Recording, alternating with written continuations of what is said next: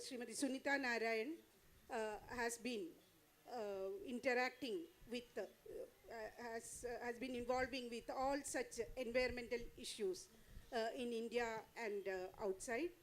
And she is the director of Center for Science and Environment and the editor of the magazine, fortnightly magazine Down to Earth.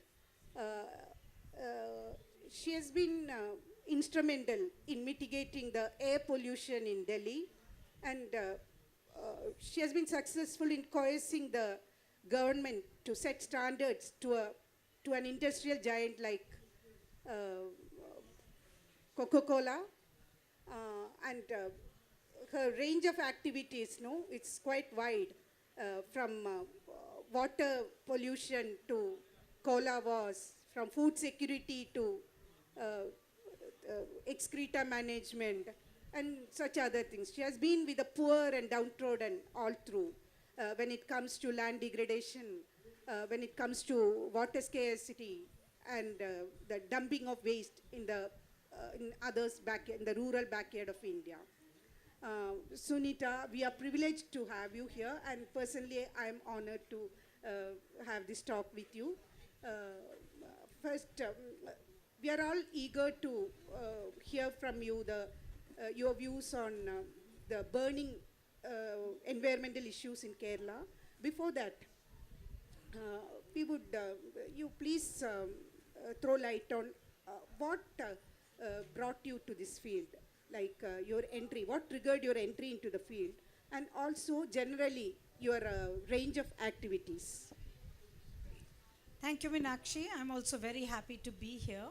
And in terms of my own journey, these things are sometimes matter of coincidences, but I was in school when the issues of Chipko were getting to be known in India. And Chipko, as you know, is this movement where women stop the cutting of trees up in the Himalayas. And that information was becoming known to us. And because of it, I got interested in school. And we started a nature club in school, an environmental club. It was called Kalpriksh.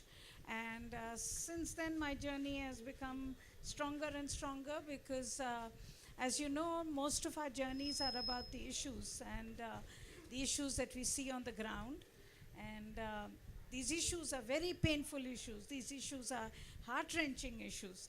And that's what draws people like us into the field and keeps us going because they're tough battles as well.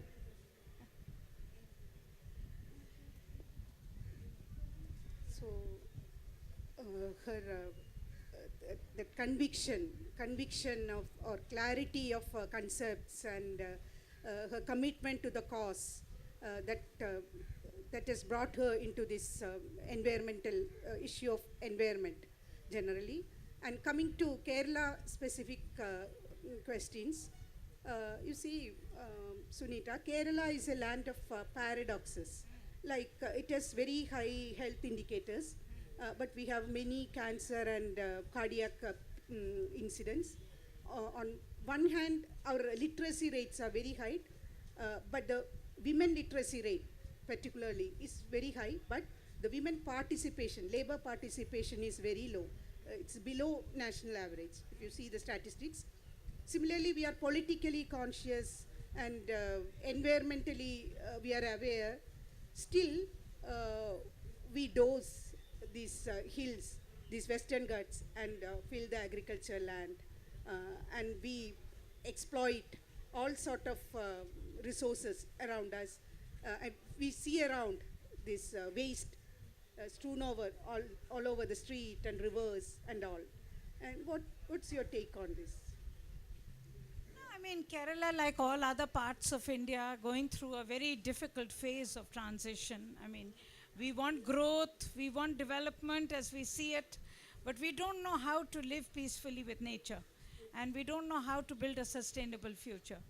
I come from a city of Delhi where pollution levels are so high now that we cannot even breathe. I mean, that every breath you take is toxic. I mean, that itself is something that should make us wonder, what are we talking about? What is this development that we want? Today, with climate change, we are beginning to see more and more variations, extreme weather events. You would have seen last year, every time it rained, it poured. And as a result of it, you had every city went underwater. You had a major crisis across India. That's in why terms of you are telling Monsoon is our Yeah. finance minister. I as say you are exactly, telling in the book. exactly. Monsoon is our finance minister, not because that's what determines livelihoods. But I think in Kerala, the more exciting part of the story is really the combination of literacy and political awareness. And I think that is also a big game changer. And more and more, if you exercise that um, right to local development through the right to knowledge and the right to self determination, I think you will see new futures. I'll give you my favorite example, Meenakshi. Um, you know, waste is a big issue. In fact, I'm disappointed that in Calicut, I'm seeing garbage all over. I mean, I haven't seen this much garbage in Trivandrum or Alleppey or those cities, but I'm seeing it in Calicut. Now, one of the biggest stories that came out of Alleppey as well as Trivandrum was the fact that because you had garbage being dumped into the villagers, into the homes of villages outside the city, and villagers have said, not in my backyard. That political awareness, that self-determination, NIMBY psyche. the NIMBY. But for once, NIMBY by the poor, not NIMBY by the rich. Because NIMBY is always by the rich. It is the rich who say, no nuclear power in my backyard, no tiger in my backyard, no waste disposal in my backyard. So I think that's really the difference that that is happening. And that's, I was quite amazed to see how the, the because of the political pressure that was brought in, that not in my backyard, you've actually changed the waste management practices of the rich in the city. Because till now the city was dumping its waste on villagers. But now that the village has said, not in my backyard, the city of Trivandrum, Tiruvananthapuram, the city of Alleppey has no choice but to segregate and to recycle on home after home after home. So I think that's the pressure I'm looking for, and I think that's where the home, Kerala is the right home to breed that pressure and to show us the new model. Because if this happens in Alleppey, happens in Trivandrum, it changes the way people think about waste. Our political awareness should reflect on this environmental Absolutely, consciousness also absolutely, coming to the absolutely. And coming back to Western Ghats, Sunita, you see, you are a member of this hypo committee I for was this. a member. You were a member. Kasturi Rangan Madhva Gadgil committee wrote a report, but somehow due to some external forces, it has to be rejected, and this Kasturi Rangan report was brought in. I was a member of the Kasturi Rangan Report, and as I understand it, it's somewhat a diluted version of Madhav Gadgil version. Is it any truth in that? But I what we gather is Yeah. from whatever we read. Yeah. No, I think Madhav's report was a remarkable report. It was a report which said lock up all of Western Ghats, okay? Lock up areas where people live as well. Modify agriculture, bring it back to forests, okay? And essentially, it was a remarkably idealistic report because it put the Western Ghats above all development, okay? Very important. But it was a report which would have never got implemented because there is no farmer which is going to say, take back my land and let that land get converted into forests again. Okay? And especially in a country where we really don't value forests, where we don't really give people any benefits from forests. Okay? So I think what we did in the Kasturi Rangan committee was to look at it from the point of view of here's the Western Ghats, We clearly need to protect it. Why? Because Western Ghats is both the home of the world's largest biodiversity. It is also the home of the forests which provide you water. So it's critical in terms of its ecological security. It's critical also for its economic security from that point of view. So what the report did was to say, let's separate out what we call between natural and cultural landscape. So we took out the cultural landscape, the landscape which actually we knew was already modified, because that modification is part of evolution. You can't go and change every plantation that has existed today and say, turn it back into natural forest. So we said, let's take out the cultural landscape. Just to Then, I may interrupt you. Yes, then. of course, Meenakshi. Can't we keep that status quo at least? How do you keep How do you- status quo in a country which has changing populations, aspirations? You can keep status quo by making people believe that protecting that forest is in their benefit. Keeping that plantation is in their benefit. The entire approach of the Madhav Gadgil report was a dictatorial report. It said, earmark the area, license then any change that happens, and keep it. Now, we know that that has led to huge corruption, huge problems when those kind of regimes have happened. So in the Kasturi Rangan report, we took a different approach. I took a different approach. I argued, let's first protect what we can protect. So let's earmark the natural area in the Western Ghats and make sure that that area is completely protected. So there you make sure that you do not have any development that happens. We made sure that that's where Athirapalli, that's where thermal power plants, all the big developments we said no to. And we said, as far as the cultural landscape is concerned, the effort of government has to be to find ways of actually involving people in doing sustainable development. So how do you make sure that people move towards organic cultivation?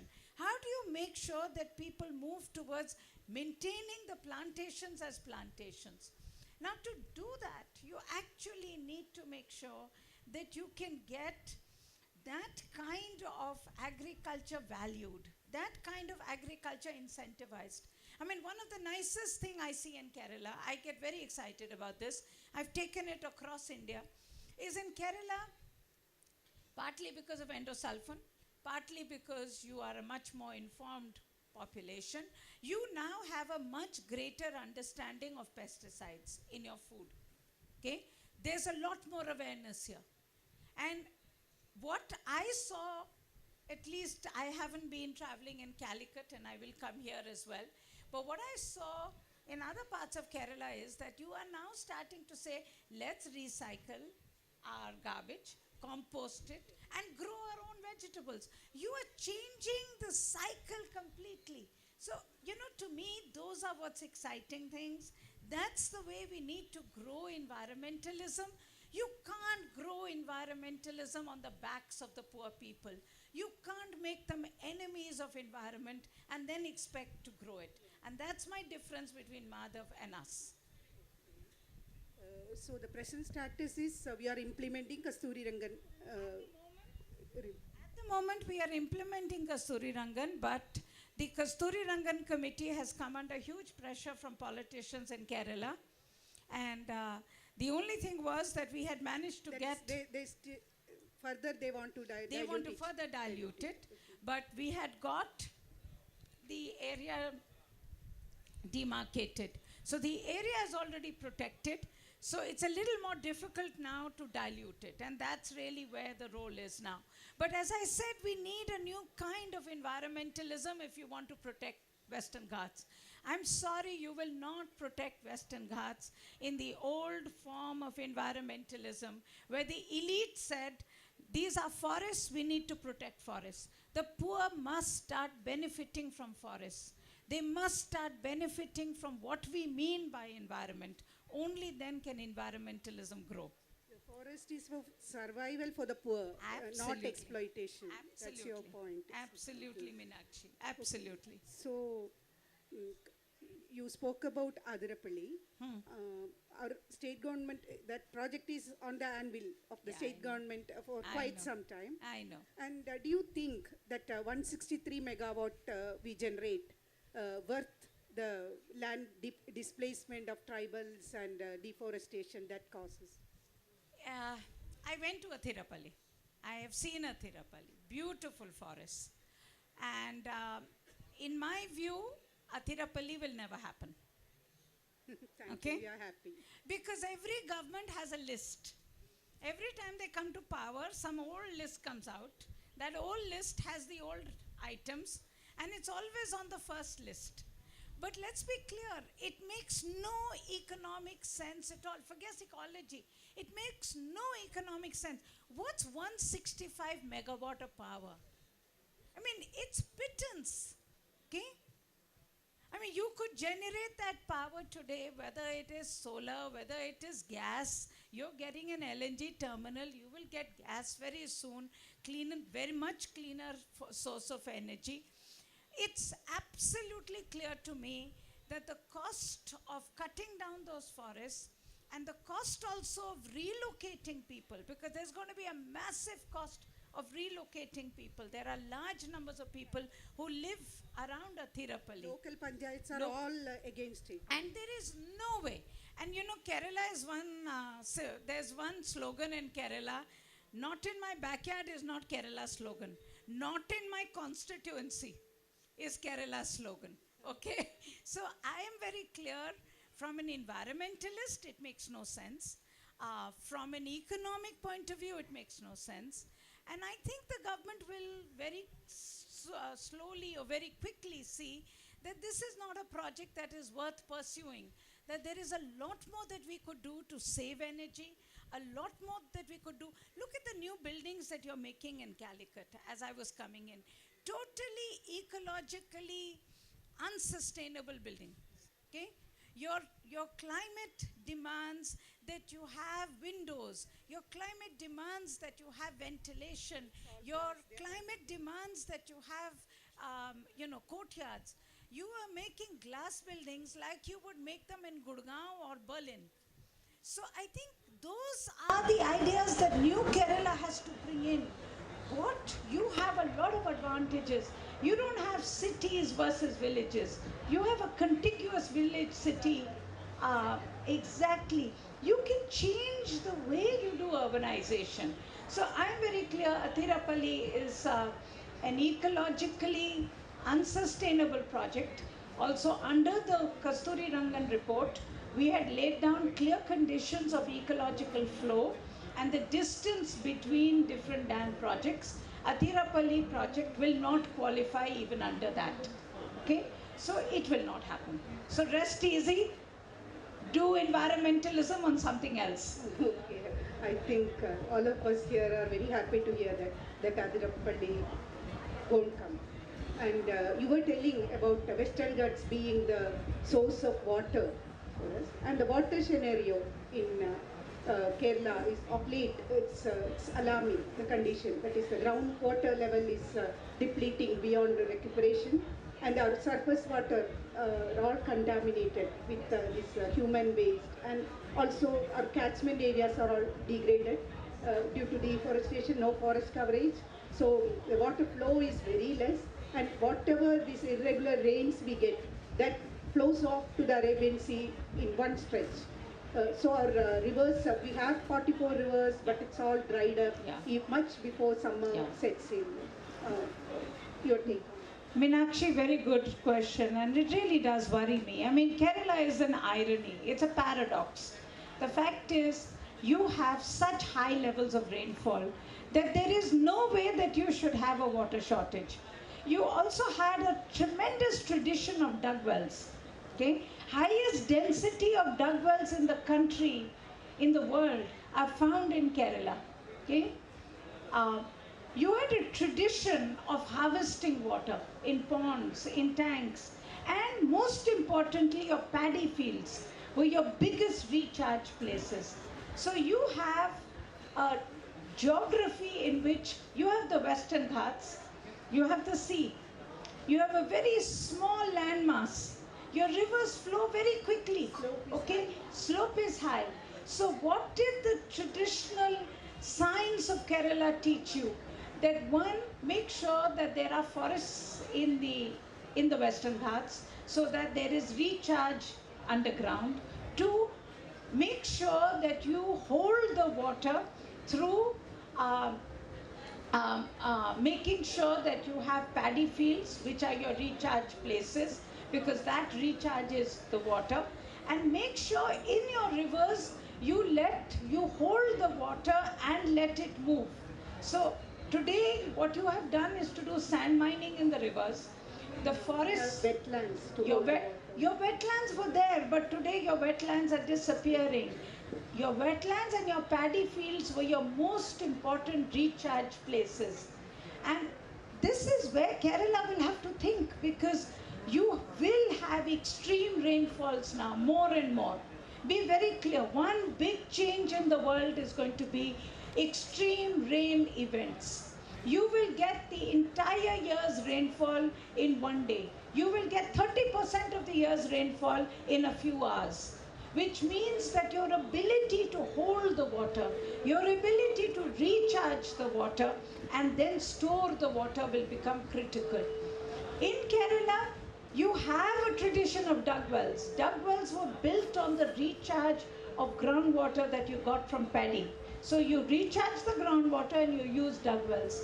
The problem with dug wells has been contamination, because of the fact that your aquifers are very shallow and you have toilets, you have 100% sanitation, but that ends up contaminating your groundwater.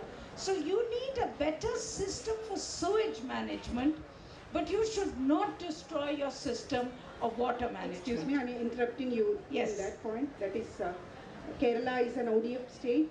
It is an And ODF state. almost all panchayats have Nirmal Puraskar to their credit. Absolutely, Still you Meenakshi. see this waste strewn all over. But in Meenakshi, then there are what does Nirmal mean? no, there are two things. One, there is liquid and there is solid. Let's separate out the two. Okay? Now, as far as liquid is concerned, is when we go into a toilet and that toilet water has to be connected. Now, today, Kerala is definitely, and I think we all feel very happy about it, you're 100% ODF state, okay? Which means that you have, everybody has access to toilets. Very important. But the point is, toilet is only where you go to excrete. What is, where does the toilet waste go? Okay? All of Kochi, Calicut, all the waste is today going into septic tanks. Septic tanks are leaking. They're getting into your groundwater. That same groundwater is coming through your dug well into your drinking water. So your ability to be able to build and treat sewage becomes critical. But the other issue that you have raised is solid waste, garbage. And I am disappointed. I mean, frankly, I have not been to Calicut in a long time and I am disappointed. I mean, we are taking the Kerala model of waste management across India. Last year, Mr. Venkaiah Naidu, who was now the Vice President, but was the Urban Development Minister, gave an award to Alleppey city because we rated Alleppey as the best city in India for waste management. And I'm disappointed that in Kerala, Calicut has not learned from Alleppey. I am taking the Alleppey model to Bihar and UP and everywhere and saying here is the model for all of India. And you can't get Alleppey to Calicut? So I think we really I need to come back to Kerala and shake you up a little more. You should. By the way, you had raised in that book another point of the septic tanks. We are all proud to have these toilets and septic tanks in every household, but it cut the nitrogen cycle, you were telling, no? That's something to worry about. No? Let's understand there is something called a carbon cycle, there's something called a nitrogen cycle. Now, nitrogen cycle is that we all eat food. That food takes nitrogen from the ground. We eat it, we excrete it. It goes out in our waste. But instead of putting the waste back on the land, we are putting it into water. Now that is where the entire system, and you had traditional systems of managing waste so that you could actually take the sewage and put it back onto the ground. Not happening anymore. That's what needs to be done. That's the reinvention of the flush toilet that is critical. I mean, I keep saying we can send a man to the moon, but we cannot reinvent the flush toilet. That is this excreta management and bio-waste, we can do something. But what about the plastic and e-waste? Nowadays, it's escalating. No? Yeah. No, very good question. I mean, on plastic and e-waste, I think the only way to deal with it is to first to reduce. You can't deal with it by recycling it only. So you have to reduce. But as you reduce, you also have to learn to recycle it. And that's where the informal sector, the role of the informal sector, is critical in India. That's where India's poor today are our garbage managers. They are actually recycling our waste. We need to give them respect, we need to give them incentives, we need to give them the right price to be able to do so. Rack pickers and all, we should actually use them to contain this issue. That's right. Another thing, maybe before we go to the audience, just one more question. Has this development and sustainability, are they mutually exclusive? Has one to be at the cost of the other always? No, I don't think so. I think development and environment are not mutually exclusive. I think the fact is that it's a question of what kind of development. As I say, if you can't breathe the air, is that development? Okay? So if you want to be able to breathe air, you need to make sure that your cities grow, but the cities grow with public transport. They don't grow with individual cars. So that you can actually grow a city. You can get rich, but you can walk to work. Today, none of us can walk, none of us can cycle, none of us can take a bus. So I think that's a critical issue. And you were talking about the paddy fields and wetlands we have, which hold water. But this construction lobby see to it that at the same time, these hills are those and fields are filled. Yeah. For the construction to be progressive, they need land and they need these construction materials. Yeah. Maybe that's one of the reasons why these paddy fields and wetlands get filled up. No, that's part of it. That's why you have a paddy law in Kerala. The paddy law hasn't been very effective because of corruption and other issues. But that's where you have a paddy law. But that's what you have to push. I mean, there is a balance you will need to find. You will need urbanization, and it is better to have dense urbanization sometimes than to have scattered urbanization. Density of population is high. Is high. So you will need to find a balance that only people in Kerala can find. Nobody outside can find it for you. So I think I'll wrap up my discussion here, and the stage is open to your questions.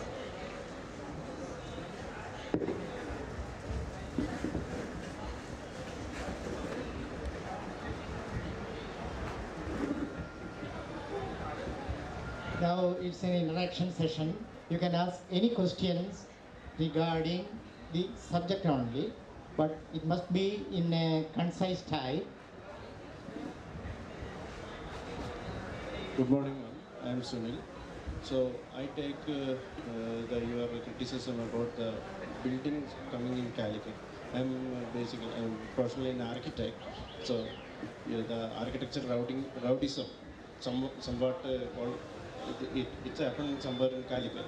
So my question is, what is the role of the recycling of the concession material and reusing it to the concession again? You know, last year, for 2 years, CSE has been pushing for the change in the BIS code. So now the BIS code has changed. So you can now use, for aggregates, you can use recycled material.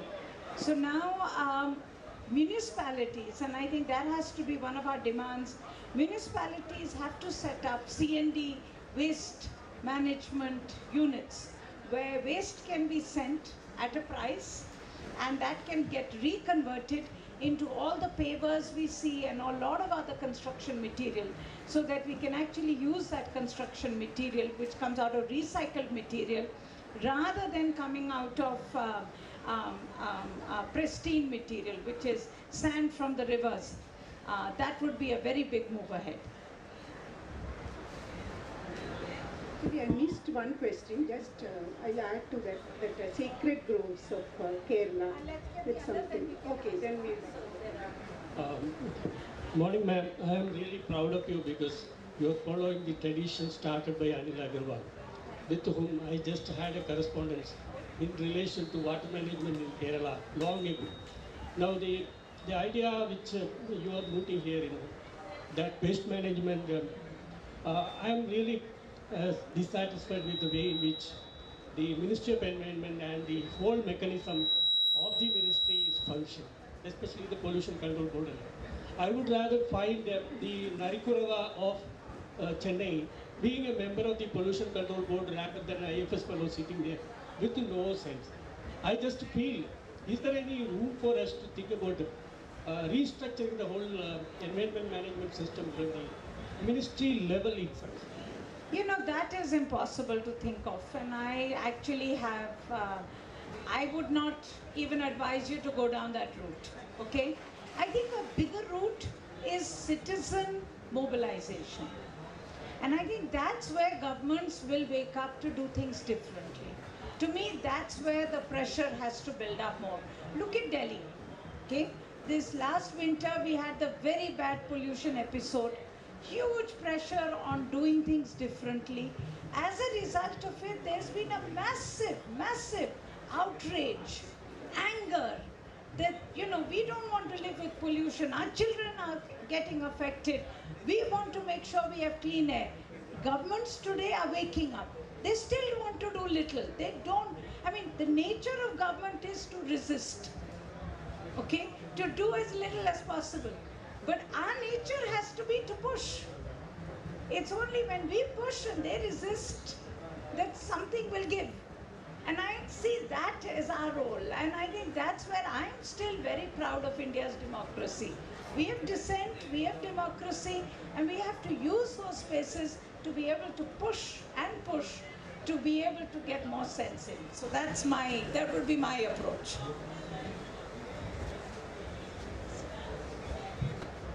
Hello.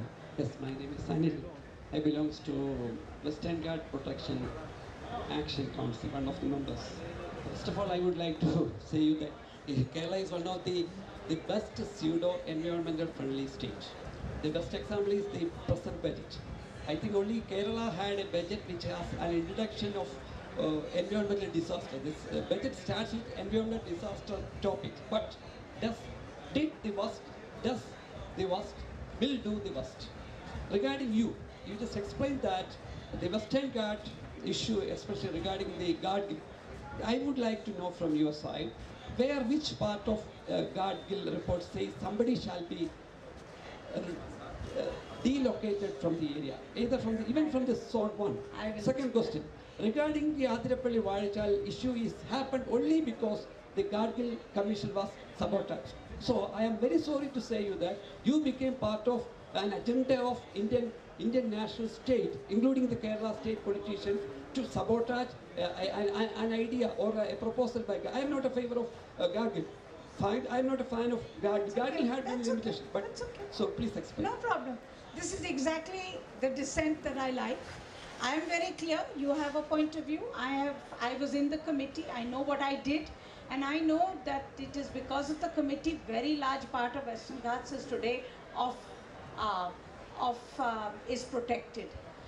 If the Ghatgal, that's your point of view. I have no issue, but you have to understand, I'm also an environmentalist. You can't throw stones at me just because I don't agree with you, okay? I know what I've done. I know what it would have taken to protect it, and I know what kind of conditions we have brought in the Kasturi Rangan committee so that Athirapalli can never happen. Okay, I also know that the Gadgil report very clearly would have never got accepted at all, because the Gadgil report did not differentiate between the natural and the cultural landscape, and the Gadgil report therefore would have played into the hands of huge numbers of people who would have said that this report is going to take over our plantation area, take over our agricultural area, and it happened. Okay, it was the opposition to Gadgil report that led to Kasturi Rangan report, which then led to a certain formula coming up to at least protect a certain area of the Ghats. But I agree. I mean, listen, I have no issue when history is written as it will be written. I hope it is very unkind to me.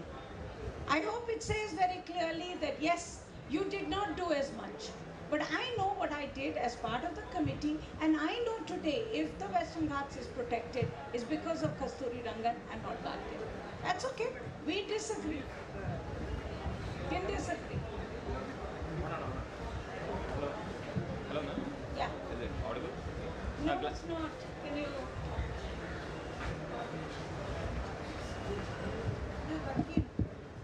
Yeah. Hello, ma'am. Yeah, it's fine. Hello, I'm glad to meet you in Calicut. Thank you. Yeah, I was in CSE last month. So you spoke about Chipko movement and everything. So that's the something which inspired you as an environmentalist, which molded you as an environmentalist. So I was just wondering, in our generation, why such environmental movements are not happening? I mean, as in that kind of dedication, that kind of movements which can kind of influence a large mass to come and become this kind of aware of environmental issues and all. So is it a generational? No, I think we are. I mean, Chipko definitely was a very evocative movement. But in your own backyard, there is a big movement of endosulfan. I mean, in my book, which is here, which is what we are discussing today, I have a detailed chapter here on the endosulfan movement. The endosulfan movement has been one of the most difficult movements of this country. And it's a pain, I mean, it's a heart-rendering movement, because if you go there and you see the state of the victims of endosulfan, the kind of impact that that poison has left on children over there, the kind of deformities that you see, and the kind of manipulation of science that came after that movement to argue that endosulfan was not the cause of those of the diseases over there. I mean, I have had policemen stand outside our door at CSE, come to arrest me because of some bailable, non-bailable warrant issued by the pesticide industry in Gujarat. We activists across have been, sent to jail, harassed, huge pressure on them. So I think we need to understand these movements are happening. And what your point reflects is that the media is no longer giving as much importance to those movements. So those movements are happening, they're happening in our backyard, but often we miss them. And that's where our effort has to be, to actually get to know more and to join and be part of it. Hello. Nice meeting you, ma'am. Myself, Jaren. I'm an architecture student. We have like too many laws regarding environmental protection and all these things, but still the governments, the authorities are like not looking into the problem of construction thing. Like there are no actual, like as far as I know, no rules. Is it audible? Can you hear me? Come to the speaker. So there are no kind of good rules to like what to say to promote ecological housing. We have like ecological housing, but all those are not economic. It's like as of now, as far as I know, all these ecological things are like we are creating some concrete structures and simply adding some roof garden or some other crap. And we are saying, okay, this is like ecological, this is like platinum leaf award or sustainable thing, all these things. But why are we not having something like some rules to promote ecological housing which are economic? No, you're absolutely right. I mean, and this is where the whole question about what do you mean by a green building, okay? A green building concept has today unfortunately come to us from the West. And over there, a green building is first a brown building, which is then greened, okay? So you make a really atrocious concrete building with glass, lots of glass, and then you put a triple insulated glass in it. And then you put an extremely efficient air conditioner in it, and you call it a green building. And if you can't do just that, you say, oh, I have a cool roof.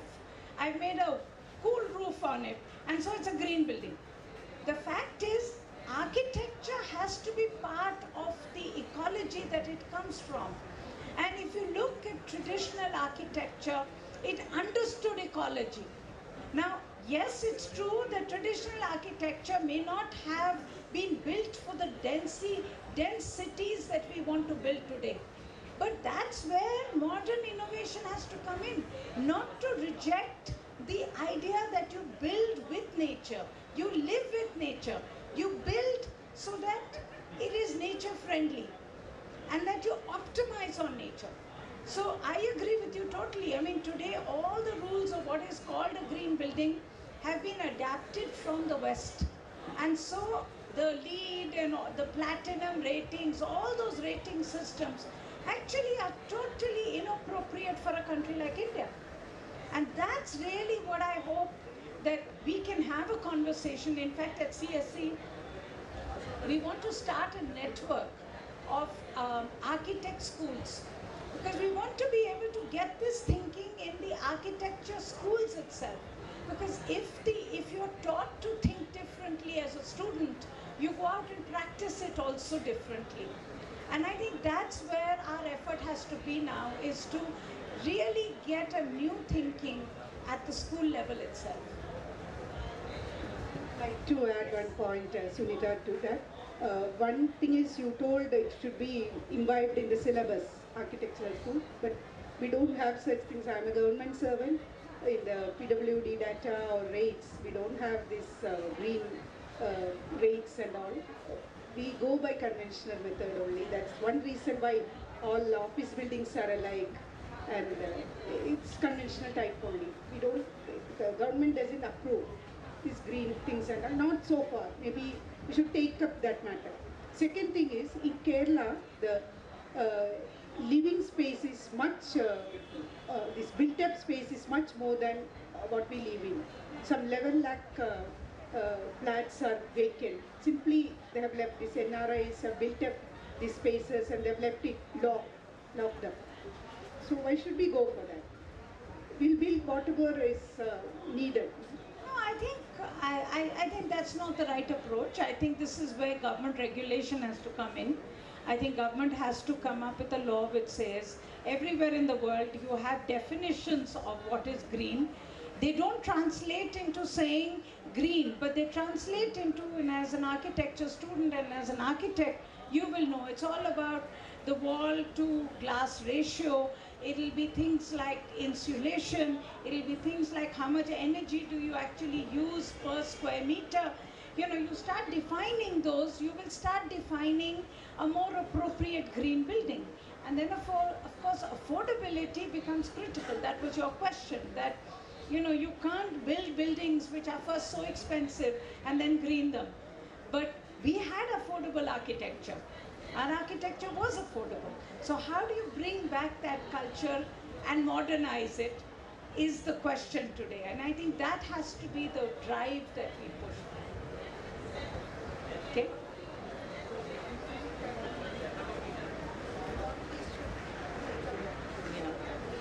Yeah. No, but that's, I think, got to do with, as I said, the government will come up with it. There is now, governments have, in fact, there's an ECBC code, there is a green building code, it's all there. So, it's all there. Hi ma'am, my name is Neha. Ma'am, what I'm about to ask, I don't know much about it, but I can't think of a better person to ask this. Ma'am, few years ago, a few months back, I read it in newspaper. There was a committee which was, the Kerala-Karnataka-Mysore border. There's forest there. It's all dried up. We read everyday newspaper, elephants storming into neighbors and human houses. And there was a committee which was planning to remove all the eucalyptus, cashew, and trees because they take so much of water. Yeah, ma'am. So how far is it effective to remove those trees? Because wouldn't it, like, removing those trees right now add up to the dryness that is there? No, but that's where Meenakshi's question that she hasn't asked fits in, because see, trees do play a role. It depends on, trees are also part of, they use water. So if you have a fast growing tree and you have a plantation of a fast growing tree, they will use more groundwater than, say, the sacred groves and the broadleaf trees that were there in the Western Ghats earlier. But this is where, Neha, we have to start asking questions about how are we going to protect the Western Ghats. I had a very, the friend here who asked this question about the Western Ghats. I really appreciate the emotion. I really appreciate their passion. But I don't see that translating into effective protection for the Western Ghats, because we still haven't been able to get the idea, why do we want to protect the Western Ghats and how will we protect the Western Ghats? Till now, we have been doing plantations in the Western Ghats. Now we are making sure that plantations it's become so difficult for plantation owners to be able to change the plantation practices that they say they don't want to do plantations anymore. We are also seeing more and more man-animal conflict. So people are basically saying, we don't want to do plantation. Then urbanization starts growing. So then tourism starts coming in as the only other alternative economic industry. So we need to be able to see what is our vision for the protection of the Western Ghats. And that's where the role of trees becomes important. What kind of trees do we want to plant? Where do we want to plant them?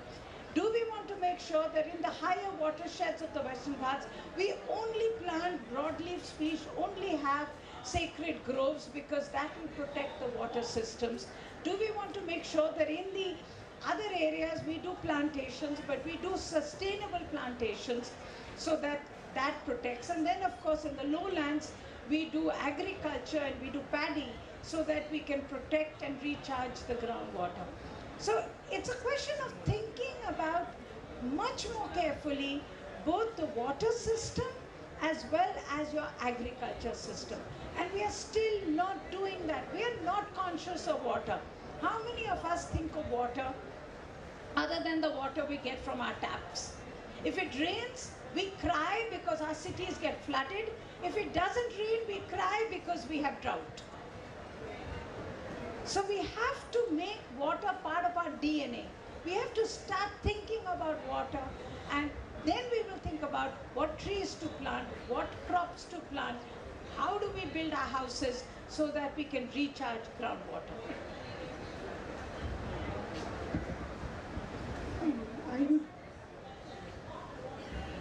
Reena, I have a basic question. Yes, there is always a conflict of interest between politicians and the environmentalists, but you might have come across the conflict of interest within your group. So how did you manage that? Reena, very good question, and please do read my book. I'm making a pitch for it, okay? I have a chapter there on tigers.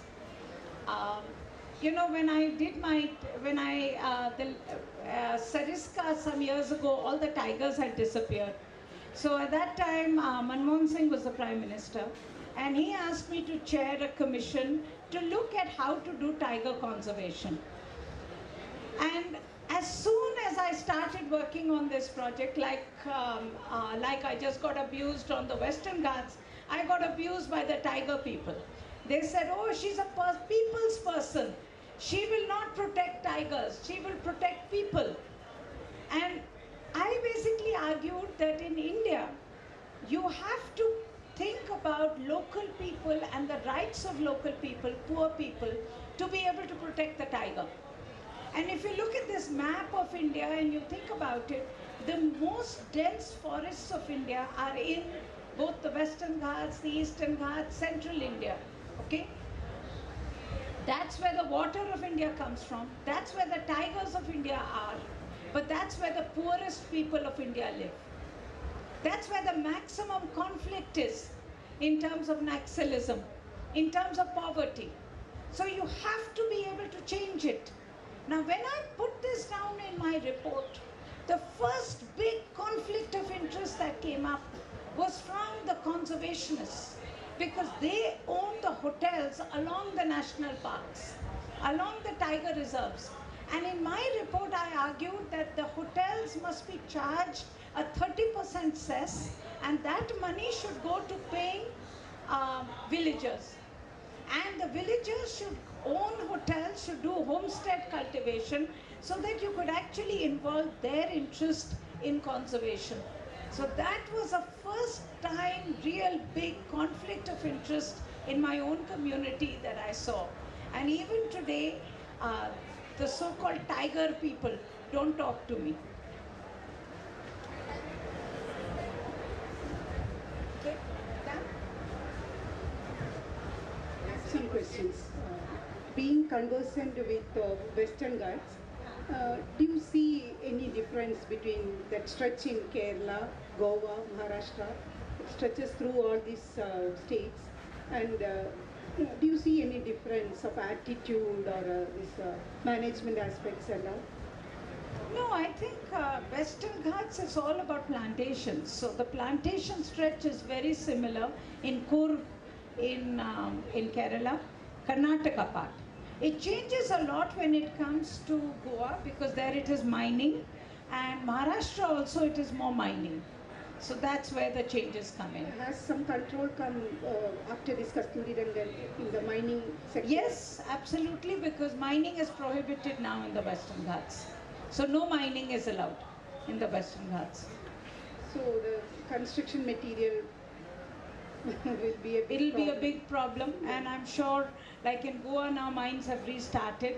So I'm sure they have changed the law. Please understand what happened between Gadgil and Kasturi Rangan. The entire effort was to find a way not to implement. And my approach in Kasturi Rangan was, let's do a report that they will have to implement.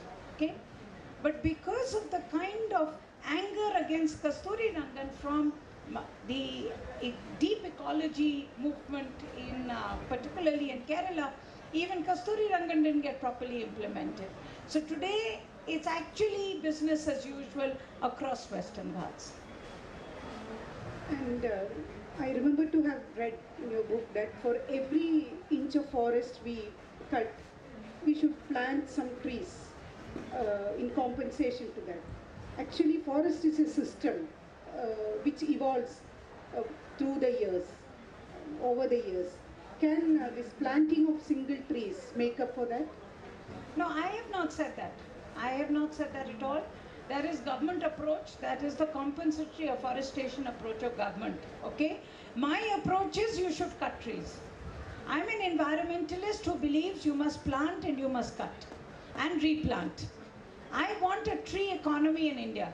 I don't believe in this tying a rakhi to a tree. Okay?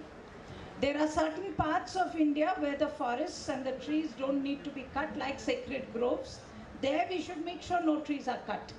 But every other part of India, we want a tree economy. The biggest crisis in India today is that you are importing more and more of your wood from other parts of the world, because you don't have a tree economy in India. You actually have made sure that if people plant a tree, they cannot cut a tree. Because if they cut a tree, they can't transport it without the permission of the forest department. So you have nationalized your forests. You have made sure that tree growing is no longer in the interests of farmers. That's what the British did, no? In Nilambur and all, But they were a having long time ago, Neil. tea plantations. And But all. British have gone a long time ago. Why has colonial Indian government continued? Okay? Our teak plantations today, we do not have teak coming from Kerala. We have teak coming from Malaysia. Yeah. Yes, now any questions?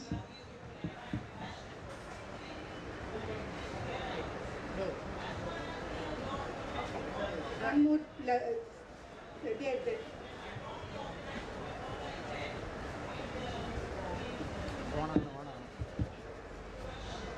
Good afternoon, ma'am.